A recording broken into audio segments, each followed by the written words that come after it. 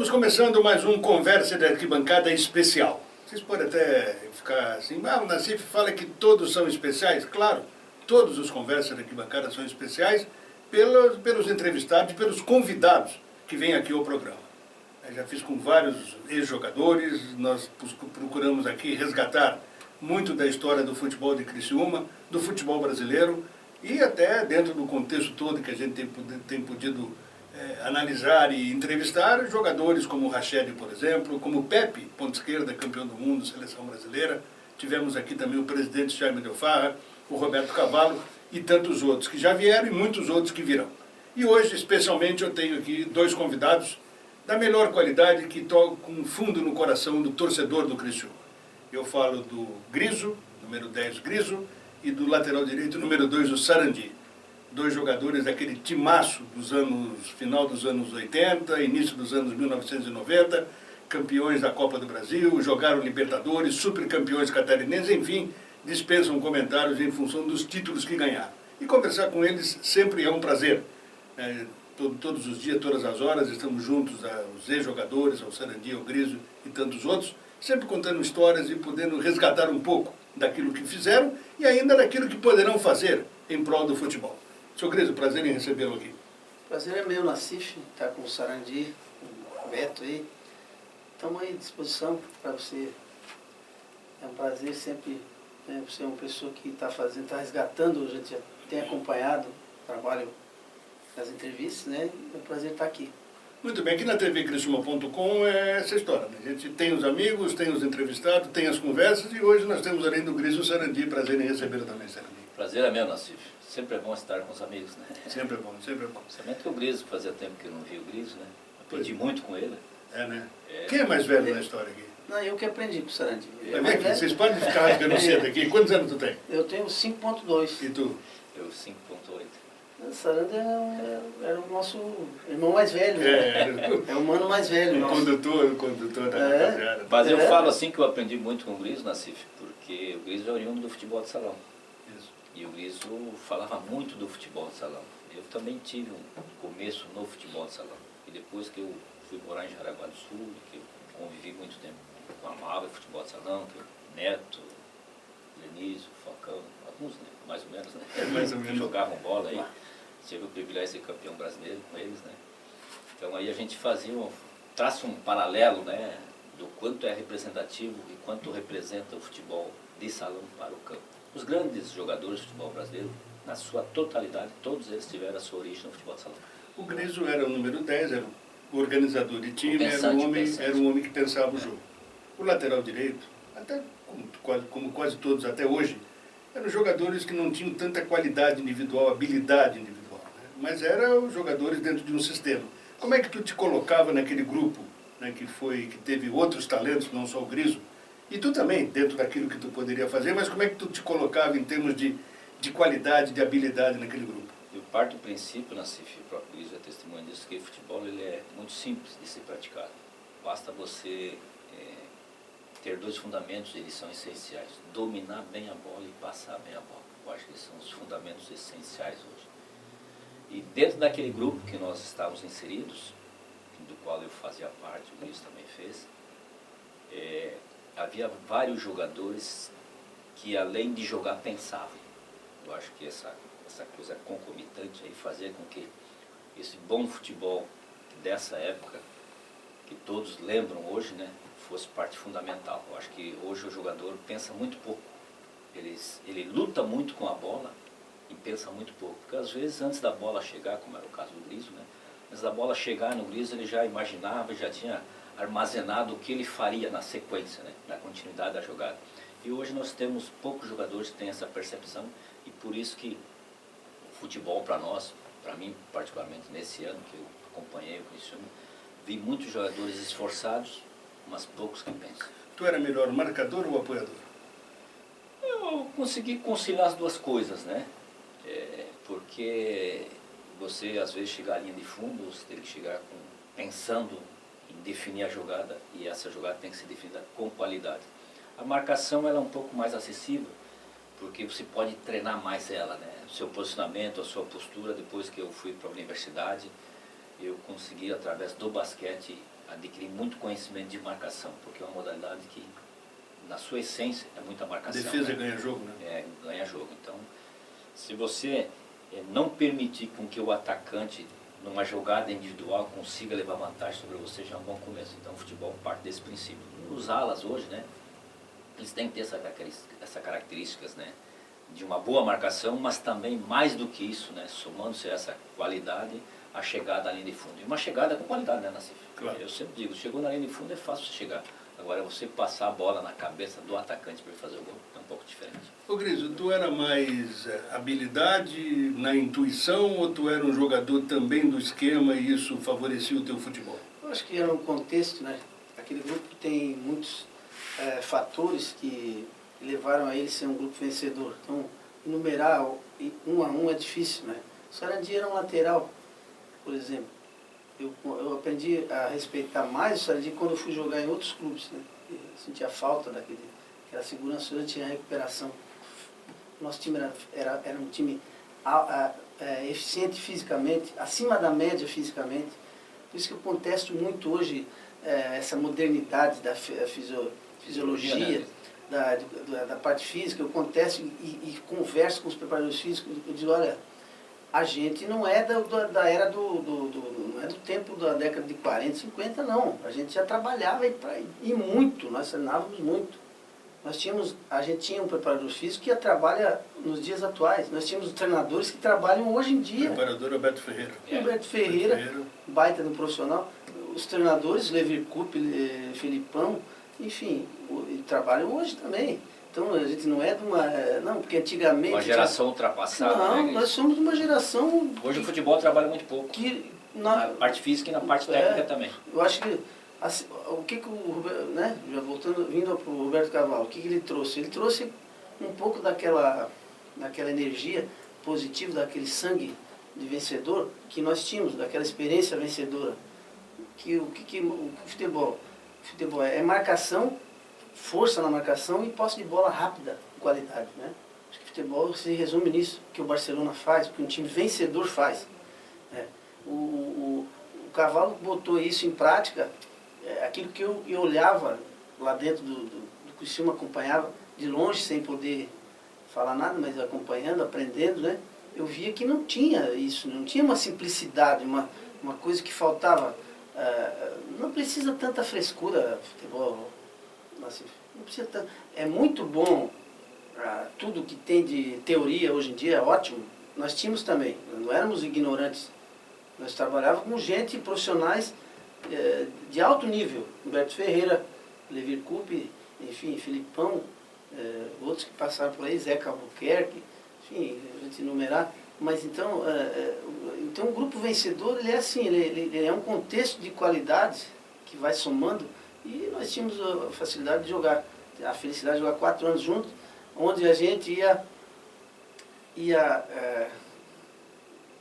preenchendo as falhas que a gente tinha num jogo com o outro, a gente ia corrigindo aqui, corrigindo ali, e vai fechando, sabe? Mas tu não falou da tua condição. A minha, Tu era mais intuição ou tu era trabalho? Não, eu, graças a Deus, eu tive uma base no salão. Eu desde pequeno joguei salão, eu sempre decidi jogos de salão. Eu tinha uma facilidade de sair de um espaço curto, muito grande. Eu já fui, antes de ser jogador profissional, eu fiz coisas assim, que até hoje está na minha cidade. Eu levei um time de salão da minha cidade, que é 10 mil habitantes. Nós fomos para as finais do El Chão, que joga contra a Grêmio, contra a Caixa Econômica Federal. A cidade nem acreditava no que estava acontecendo em Birubá. Um pouco antes, eles trouxeram o Grêmio, pagaram um monte de dinheiro para o Grêmio ir fazer um jogo lá, festa do dia do município.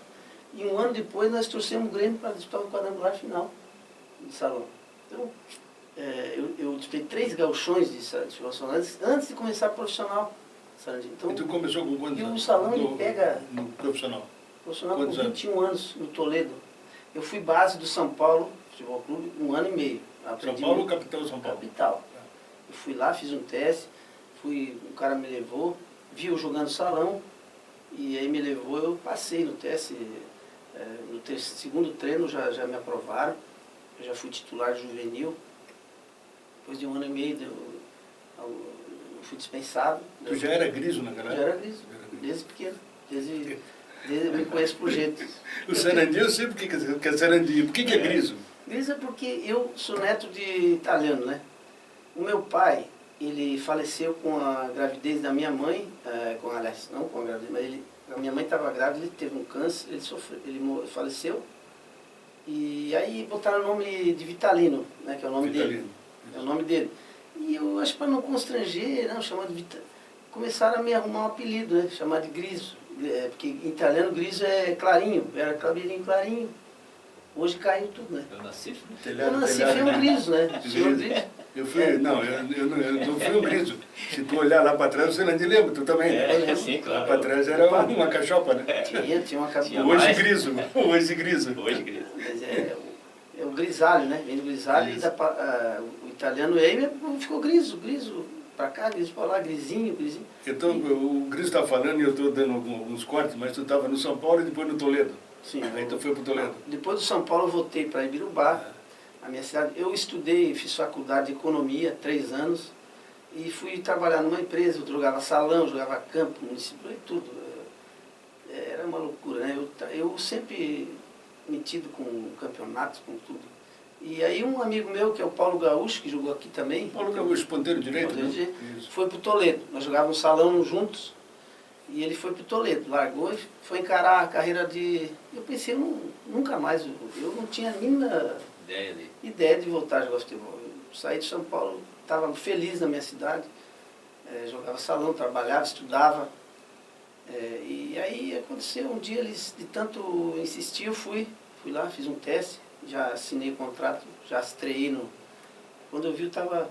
Você ficou 10? Fiquei 20 anos. Tu era 10? Eu comecei no Toledo de centroavante, rapaz. O Paulo hoje disse, ó, eu tenho um cara que vem aqui e joga de centroavante. No lugar do... Que eu acho que era a boca que tinha meia, ali, a vaga que tinha vaga. ali. Cheguei, assim, aí depois os caras descobriram que eu era meia. Aí não teve jeito, eu estilo. Para o bem do futebol, né? Aí eu joguei mais 2 anos, 3 campeonatos paranaenses no Toledo. Disputei em 84, 5, 6. Daí fui para Matsubara, onde eu depois fui para o Colorado. Aí fiz uma campanha boa no Colorado, peguei uma seleção catarinense, tudo.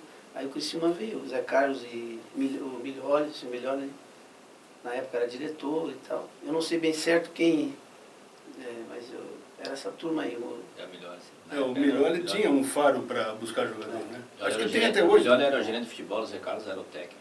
O Milioli, ele mexeu lá, e o Zé Carlos... Foi o retorno do Zé Carlos aqui, né? Isso, A volta dele O para Zé cá. Carlos era treinador no Paranaense do Pinheiros, né? Isso. Que disputou uma semifinal com a gente. Depois daqui tu seguiu carreira, mas eu quero saber do Sarandi. Sarandi, né? Eu sou Sarandi. E aí, começou ali? Onde é que tu começou e até chegar aqui? Não, eu comecei com 22 anos no Gaúcho Passo Fundo. Mas tu vê, rapaz, esse cara já começa velho, rapaz. Hoje o cara com não é com 18 não joga mais no... Mas na CIF é que eu também sou oriundo do futebol de salão. Eu jogava futebol de salão, eu jogava futebol amador. Eu, quando terminei o ensino médio hoje, né? Eu em Sarandi não tinha universidade. Só tinha água lá também? Só né? tinha água. Hoje tem universidade, tem tudo, né? Aí eu fui até Passo Fundo para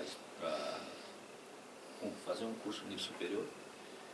E eu cheguei lá e naquela época você jogava os jogos do SESI pela Brahma, né?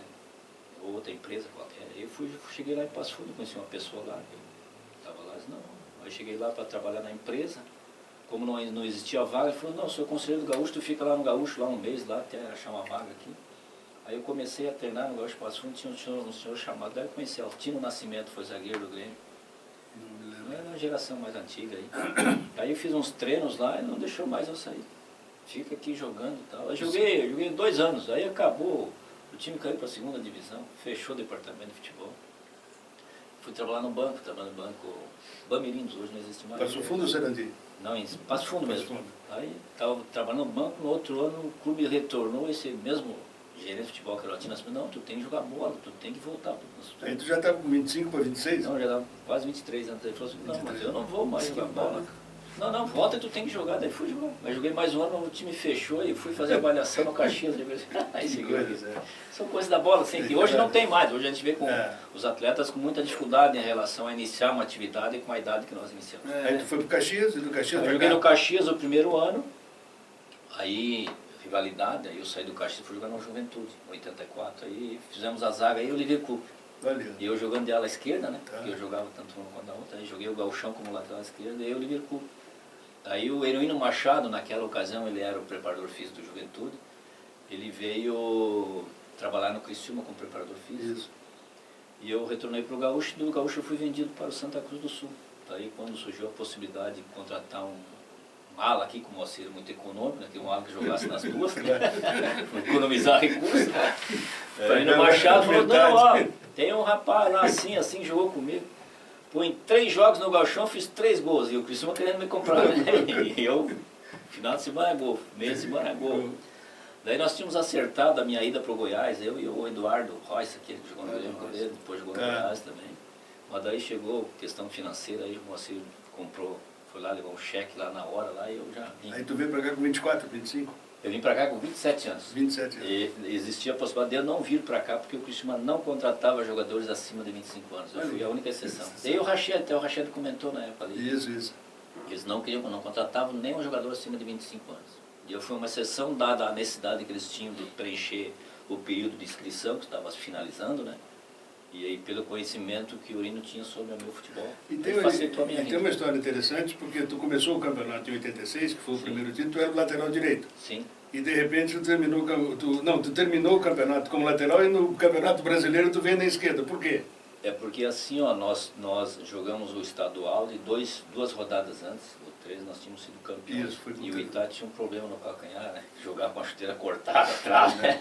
E até tem a história que a meia preta ficou preta por causa dele. Exatamente. Para não dar muito na vista que ele estava com um problema ali. Aí como começou o brasileiro daquele ano lá, aí começou o paralelo na época, na verdade. Paralelo. Aí comecei jogando, joguei alguns jogos ainda no final do estadual como ala esquerda, e o Zé Carlos gostou de eu jogando como ala esquerda, porque eu já tinha jogado no Juventude como ala esquerda, e no próprio Santa Cruz também eu estava jogando como lateral esquerdo.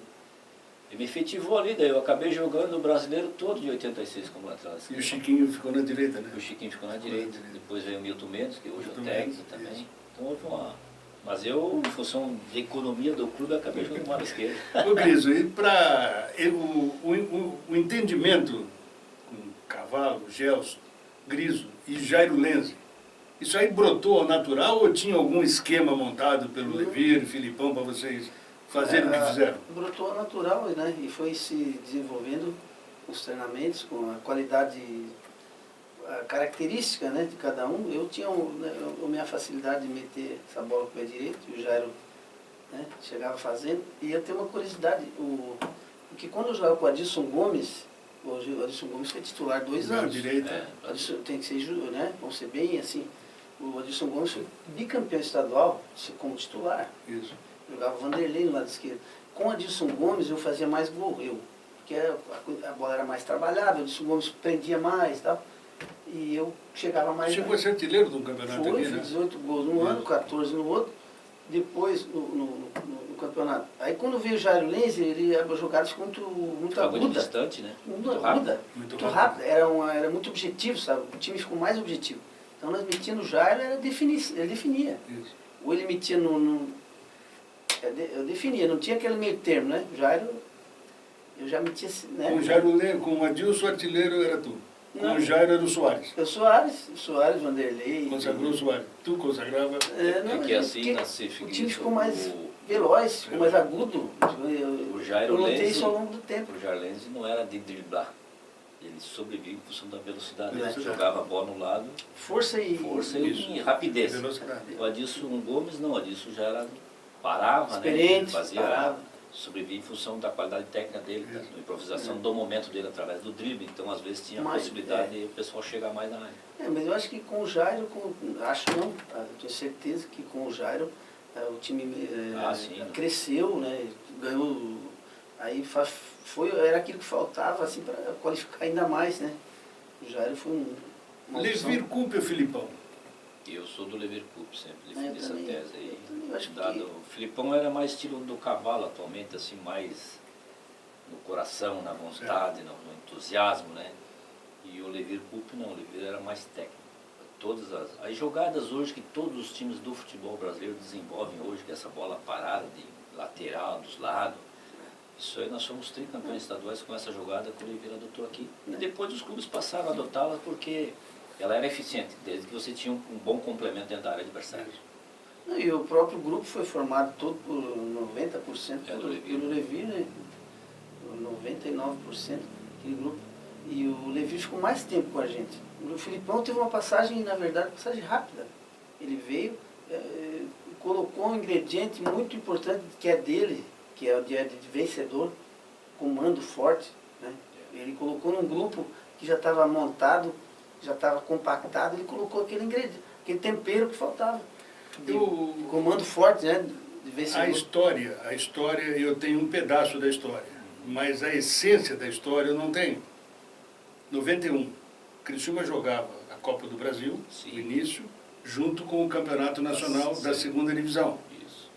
E o técnico era, acho que o Gonzaga começou e depois veio o Filipão. Depois E o Filipão foi rebaixado foi. no Campeonato Brasileiro. Sim. Para onde? Foi. Foi para a terceira divisão. O nós, né? Isso, Sim, Criciúma. Sim, Em 91. Era um grupo de 8, onde os 3 primeiros classificariam para a Série B do outro ano, e os outros 5... E o para a terceira, para a série que era a Série C, que não tinha, era a terceira divisão. Ou ficavam, não sei. Mais ou menos isso, mas por aí. era Mas a gente rebaixamento. não chegou. Não chegou, Aí, ficando em quinto. Como o último jogo foi em Caxias, o Filipão ficou em Caxias. Sim, E a delegação veio e ele ficou demitido em Caxias. isso. Aí ele voltou para fazer o acerto aqui e tinha o jogo contra o Goiás, pela Copa do Brasil. Aí até aí eu sei. Sim. O que aconteceu ali dentro, no grupo, que o Filipão ficou, acho que meteram 3 no Goiás aqui, e depois engatou. Eu tenho que dizer a minha parte, porque tem muitas versões, e acontece que no primeiro tempo lá contra o Juventude, lá, quando nós dominamos o jogo, nós tínhamos mais time, nós tínhamos que ganhar o jogo. E na bola, aquele campo duro, a bola não conseguimos fazer 1-0, não conseguimos sair na frente, e eu estava ansioso para a coisa acontecer. Aí o Filipão me gritou, tá reclamando demais, eu fiz assim para ele, sabe? Fiz um gesto, né? Aí, Imagina. eu fiz aquele gesto que Droga, sério. E no intervalo ele não ia me tirar, ele ia tirar acho que é o Everaldo. Aí ele disse assim, o Griso está só reclamando, parece que é o Pelé. Eu disse assim, aí para não, em vez de ficar quieto, né? Resmungando sempre, se o senhor quiser me tirar, me tira, né? Aí ele me tira, não, então sai, Griso. Volta, o Everaldo estava até quase tomando banho. Voltou o Everaldo. Voltou, acabamos perdendo o jogo. Aí teve várias coisas que colocaram. Não, porque não sei o que, falou isso, falou aquilo. E aí ele voltou no dia lá e o pessoal, o Sarandi, os líderes, né, daquela época, o Cavalo, o Vanderlei, enfim, não, o Griso não é isso tudo, ele é chato, reclama e tal. Aí conciliaram. E eu também pedi desculpa para ele e tal, falamos ali e consertamos, fomos para Goiás. Foi isso que aconteceu. Essa é a versão do Griso. Agora, tu como líder do grupo, ele estava demitido. Ele foi demitido em Caxias. E por que ele encaixou depois, ficou e encaixou? É porque é o seguinte, nós fomos surpreendidos pela Confederação Brasileira de Futebol em seguida marcar o jogo. E aí o clube ficou sem iniciativa, vamos fazer o que agora? Não tinha técnico. Não tinha técnico, não tinha ninguém. Não, vamos. Já que tu está aqui, veio bom, fazer o acerto. Veio fazer o acerto aqui, continua acertando. Não. Fica aí, vamos ver o que vai acontecer, né? O que nós faríamos naquele momento? Não tinha outra alternativa. Já que o Filipão estava ali, nós nos reunimos com o presidente e solicitamos para ele que, não, o Filipão está aqui. Vocês tomaram atitude, mas ela pode ser consertada, né? Então vamos tentar mais uma vez. E casualmente o Filipão aceitou a nossa conversa e fizemos uma reunião no meio do campo ali. E o Griso acertando o Griso acertou os ponteiros aí, até existe uma brincadeira até hoje, daí o Filipão disse, não, o Griso vai ficar agora na minha cuia, não toma mais chimarrão. É verdade. Tá certo, nós vamos para o intervalo. Tomei chimarrão com ele. Tomei depois. Claro, consertamos tudo. Intervalo, a gente volta daqui a pouco para continuar conversando com o Griso, com o Sarandi aqui no Conversa de Arquibancada Especial nessa tvcristiuma.com.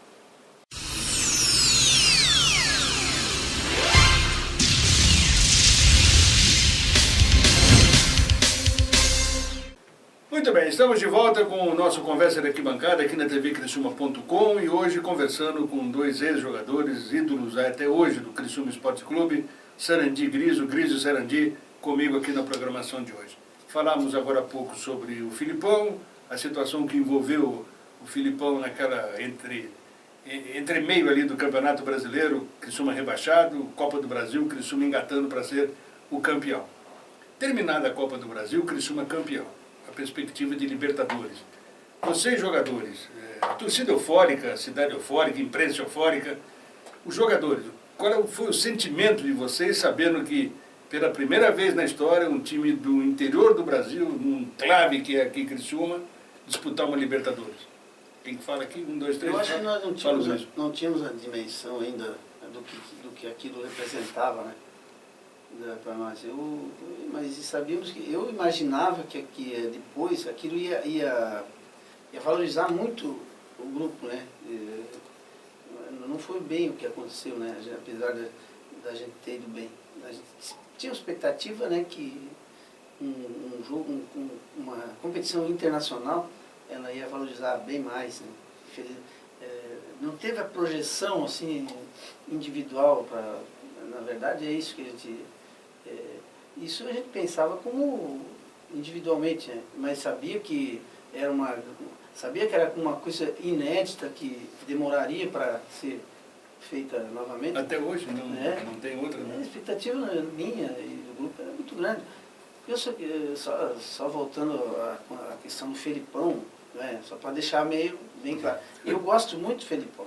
Não é que a gente ficamos amigos, eu gosto dele até hoje, senti muito essa última derrota da seleção, sei que ele sofreu bastante com isso aí, e a gente está numa idade, só falta a gente não se abraçar, né, Sarandi?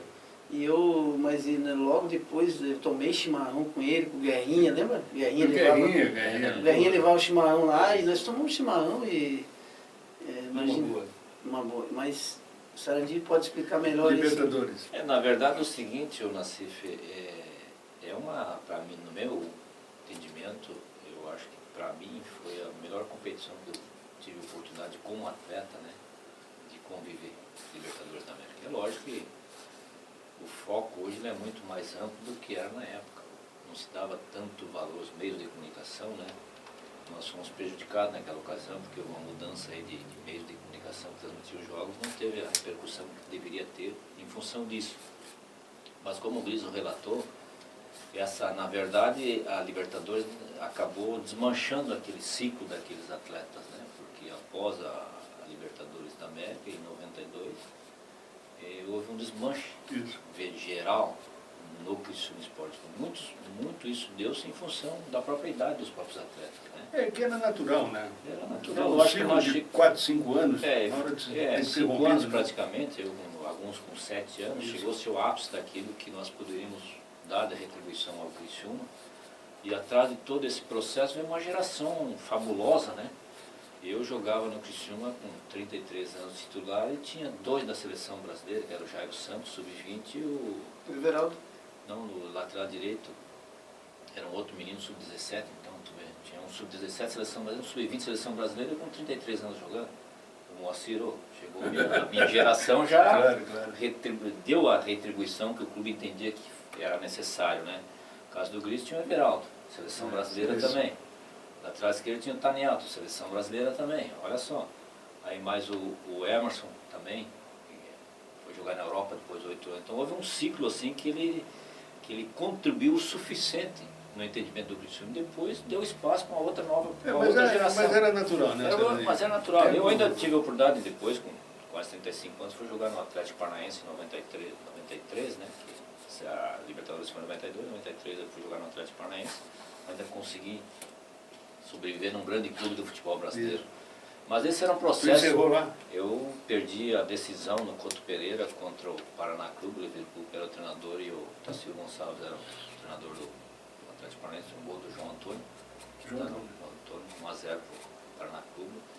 Couto Pereira cheio, lotados, é aqui que eu vou parar. Então eu acho que você tem que ter essa visão, né, de que ter o ciclo no Criciúma em relação àquilo que você pôde contribuir, nós contribuímos, essa geração, né, e chegou a idade e começou a pesar e o Criciúma entendeu que isso seria um processo natural, que atrás dessa geração vitoriosa, né, viria uma nova geração, tanto quanto eficiente quanto foi a nossa, né, alguns com mais embasamento, porque eram de seleção e nós nunca fomos de seleção nenhuma, né, na CIF.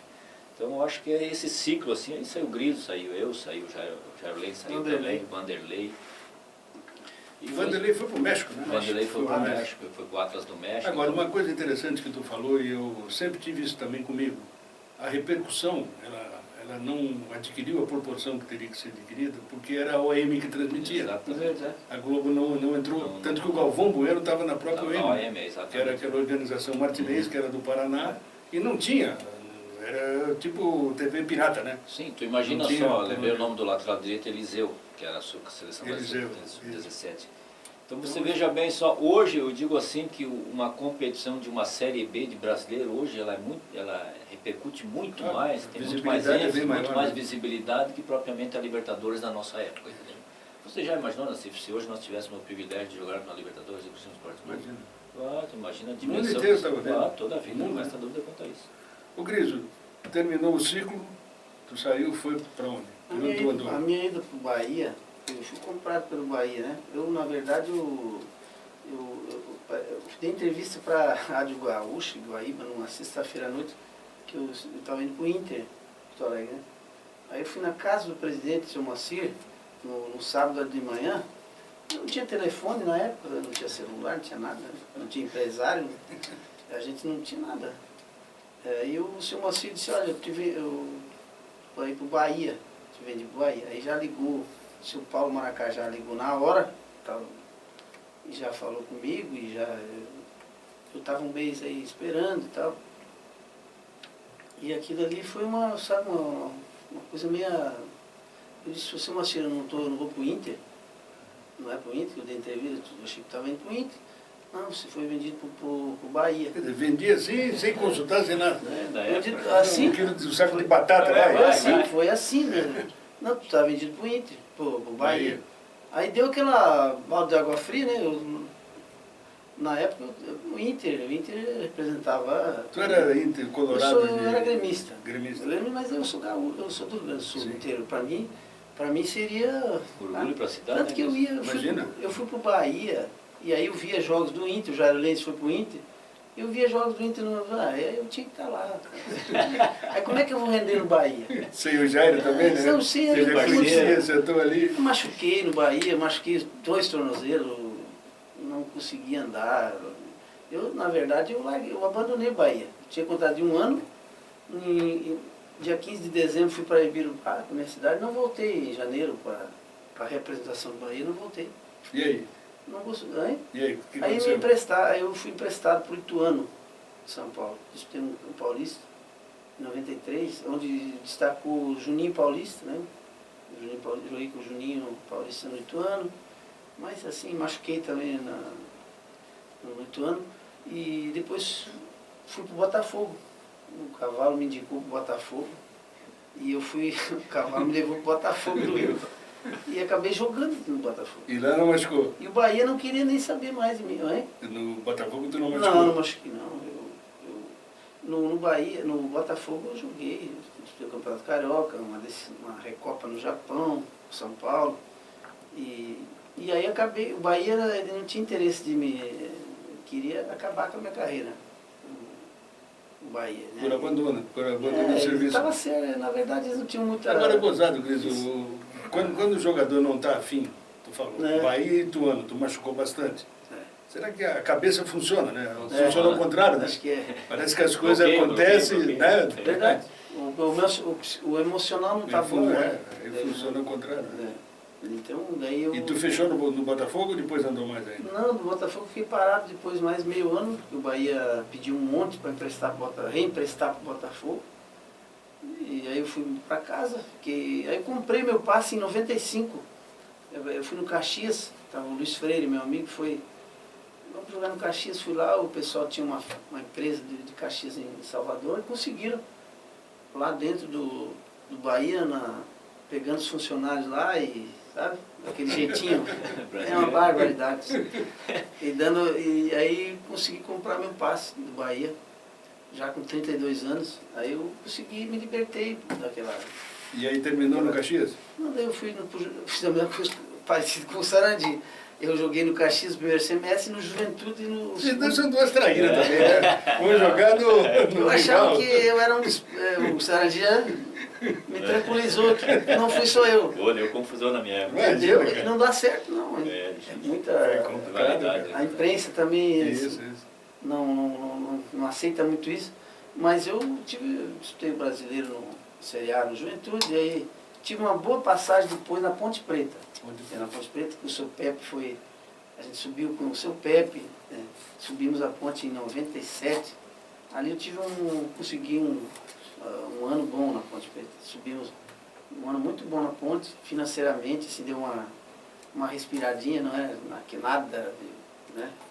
Na época não tinha não era nada de muito especial, né?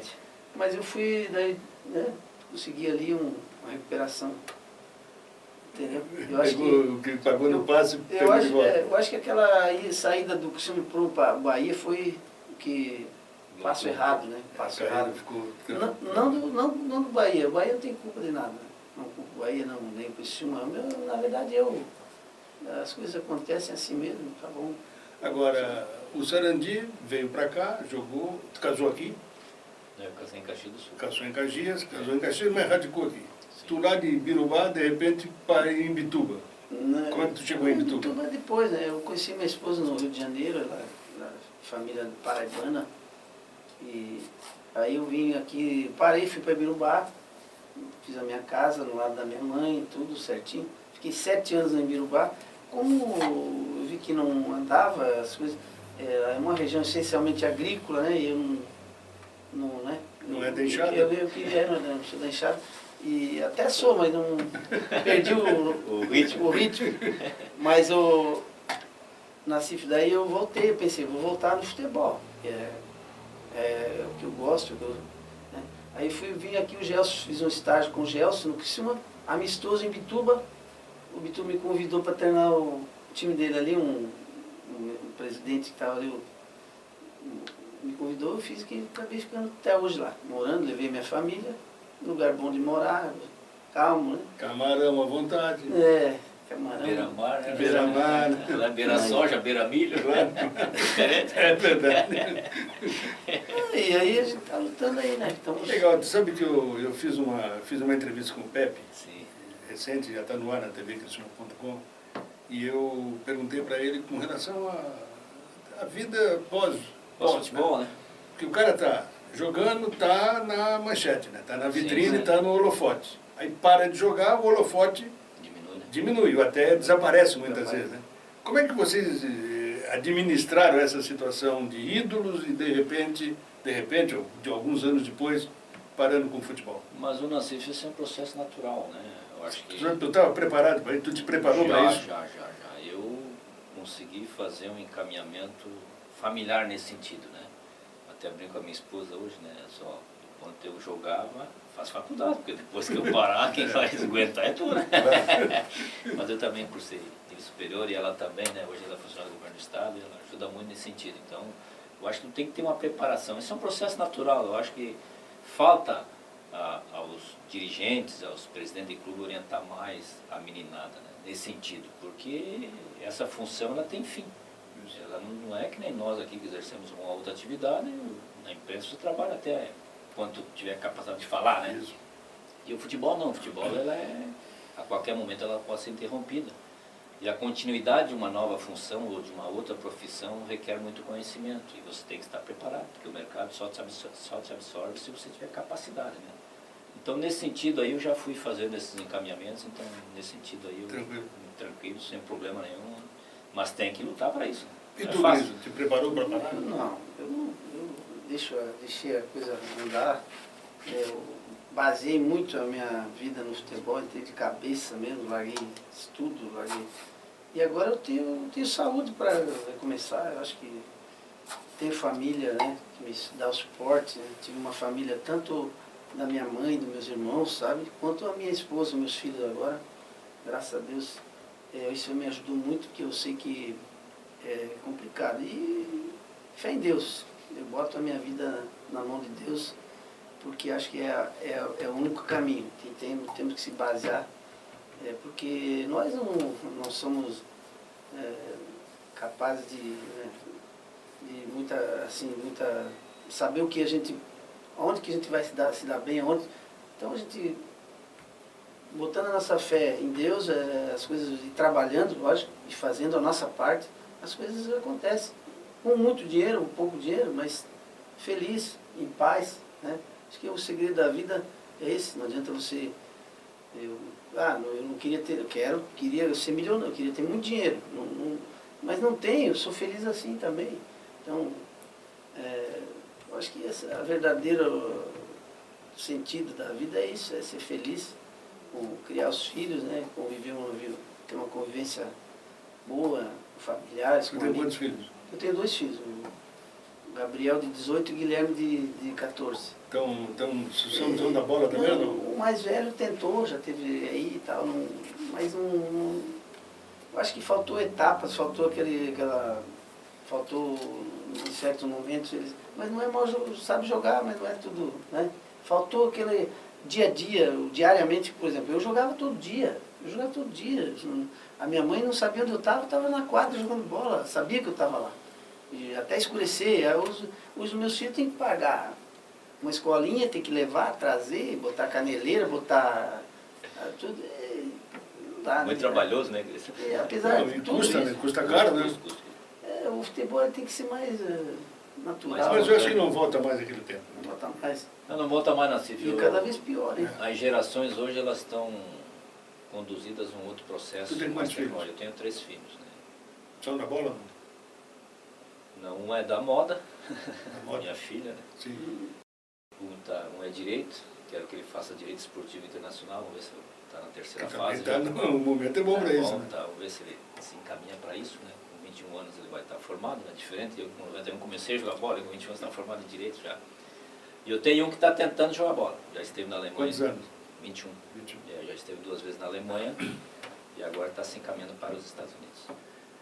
Então é que nem o Wilson fala, a gente está lutando para ver se ele consegue jogar, mas hoje jogar futebol é muito mais difícil do que na nossa época. Tu saiu do futebol e entrou numa outra modalidade que foi gerenciar e tocar o esporte amador. Sim. Aqui em Criciúma, como em Jaraguá também. Sim. Qual é a diferença que existe hoje? Qual é a diferença que tu sentiu nessas duas situações? Não, o segmento é o mesmo, né? Agora, as condições que te oferece é totalmente diferente, né? Você sai eu fui secretário de esporte do município de Criciúma, né? De um orçamento que era reduzido, né? Que era em torno de 1 milhão ano, e fui para Jaraguá do Sul, cheguei lá, peguei 8 milhões ano. Então, Investimento forte lá, né? forte em todas as modalidades, né? Só o futebol de salão lá era mais de 1 milhão da fundação. Quanto tempo tu ficou lá? Fiquei 4 anos. Aí fui secretário lá também, a gente perdeu, aí fui membro do Conselho Estadual de Esportes por 4 anos também. Aí eu fui convidado para trabalhar na categoria base do Criciúma, né? Retornei, então eu tenho assim, basicamente 10 anos, todos eles voltados à categoria de base, que é o foco principal onde eu me especializei, né? Me capacitei, fiz diversos cursos, todos voltados para essas modalidades. Né? E hoje estou um pouquinho fora.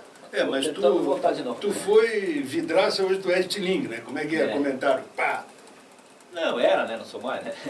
Tu não tá mais? Não, é só uma colaboração até o final do campeonato brasileiro, aí acabou. Não, mas eu acho assim, eu comento futebol, não as deficiências que os atletas apresentam. Então é diferente você comentar, né? Comentar é mais fácil, né? Sim.